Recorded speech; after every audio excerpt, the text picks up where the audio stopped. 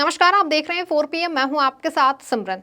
देश में लोकसभा चुनाव करीब आ गए हैं। वहीं केंद्र की सत्ता पर काबिज राष्ट्रीय जनतांत्रिक गठबंधन और विपक्षी इंडिया ब्लॉक सीट शेयरिंग का गणित सुलझाने की कवायद में जुटे हैं। बता दें कि दोनों ही गठबंधनों में उत्तर प्रदेश जैसे बड़े राज्य की सीटों का सवाल सुलझ गया है, लेकिन बिहार से लेकर महाराष्ट्र तक ये अब भी मुश्किल सवाल बना हुआ है। वहीं सबसे मुश्किल हालात महाराष्ट्र में है, जहां एनडीए हो या इंडिया, दोनों में से किसी भी गठबंधन में सीट शेयरिंग का ऐलान अब तक नहीं हो सका है। आपको बता दें कि भारतीय जनता पार्टी और कांग्रेस पार्टियों दोनों ही को अपने अपने गठबंधन में सीट शेयरिंग को लेकर बड़ी मशक्कत करनी पड़ रही है। इसकी वजह यह है कि दोनों ही गठबंधनों में जितनी पार्टियां हैं उतनी ही डिमांड है। बता दें कि एनडीए में सीट शेयरिंग को लेकर गृह मंत्री अमित शाह महाराष्ट्र के बीजेपी और सहयोगी दलों के नेताओं के साथ बैठक पर बैठक कर रहे हैं, लेकिन अब तक किसी फॉर्मूले पर सहमति नहीं बन सकी है। डिप्टी सीएम देवेंद्र फडणवीस ने यह दावा जरूर किया है कि करीब 80% मामले सुलझा लिए गए हैं, लेकिन सवाल ये भी उठ रहे हैं कि सहमति कैसे बनेगी। दरअसल एकनाथ शिंदे के नेतृत्व वाली शिवसेना के 13 सांसद हैं। रामटेक, यवतमाल, वाशिम और कोल्हापुर समेत 6 से 7 ऐसी सीटों पर बीजेपी अपने उम्मीदवार उतारना चाहती है। यहां से फिलहाल शिंदे की पार्टी के सांसद हैं।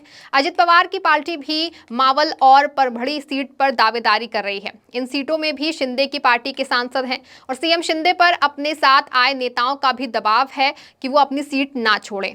आपको बता दें कि शिंदे को एक खतरा ये भी है कि अगर शिंदे बीजेपी के 10 से 12 सीट के फॉर्मूले पर सहमत भी हो गए तो कहीं उनकी पार्टी के नेता साथ छोड़कर उद्धव के साथ न चले जाएं, जिसके चलते शायद यही वजह है कि सीएम शिंदे बीजेपी के सामने उन सीटों की डिमांड कर रहे हैं जहां से विपक्षी गठबंधन में शिवसेना यूबीटी के उम्मीदवार मैदान में होंगे। दूसरी तरफ अजित की पार्टी की रणनीति भी शरद पवार की पार्टी से हेड टू हेड मुकाबले की है। अब मुश्किल ये है कि बीजेपी महाराष्ट्र में अधिक से अधिक सीटों पर खुद चुनाव लड़ना चाहती है। ऐसे में अगर विपक्षी गठबंधन में उद्धव ठाकरे और शरद पवार अधिक सीटें लेने में सफल रहते हैं तो एनडीए में शिंदे और अजित की पार्टियों को कैसे सहमत किया जाए। आपको बता दें कि महाराष्ट्र में सीट बंटवारे का गणित सुलझाना विपक्षी इंडिया गठबंधन के लिए भी मुश्किल साबित होता दिखाई दे रहा है। यही महाराष्ट्र में प्रकाश अंबेडकर की वंचित बहुजन अघाड़ी की 5 सीटों वाली मांग के साथ ही अजब गजब शर्तें हैं। तो साथ ही शिवसेना यूबीटी भी 2019 के चुनाव में जीती सीटों से कम पर तैयार होंगे।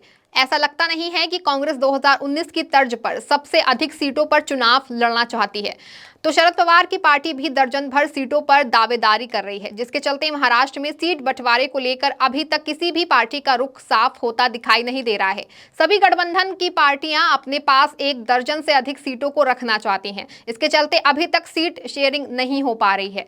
वहीं विपक्षी गठबंधन में करीब दर्जन भर बैठकों के बाद भी 8 से 9 सीटों पर सहमति नहीं बन सकी है। बता दें कि मुंबई की दक्षिण मध्य और उत्तर पश्चिम जैसी कुछ सीटों पर कांग्रेस भी दाव कर रही है। यहां 2019 में उद्धव की पार्टी के उम्मीदवार जीते थे। सीटों का पेंच सुलझाने के लिए जारी बातचीत के बीच उद्धव ने उत्तर पश्चिम सीट से उम्मीदवार का ऐलान कर रेड लाइन खींच दी है। उद्धव ने उत्तर पश्चिम मुंबई सीट से अमोल कीर्तिकर को उम्मीदवार घोषित किया है और इसके तुरंत बाद कांग्रेस के संजय निरुपम ने उद्धव पर हमला बोल दिया। वही संजय निरुपम हुए उद्धव को बची कुची शिवसेना का प्रमुख बता दिया और सोशल मीडिया प्लेटफॉर्म एक्स पर पोस्ट पर कहा कि दर्जन भर बैठकों के बाद भी जिन 8 से 9 सीटों पर पेंच फंसा है उसमें ये सीट भी है।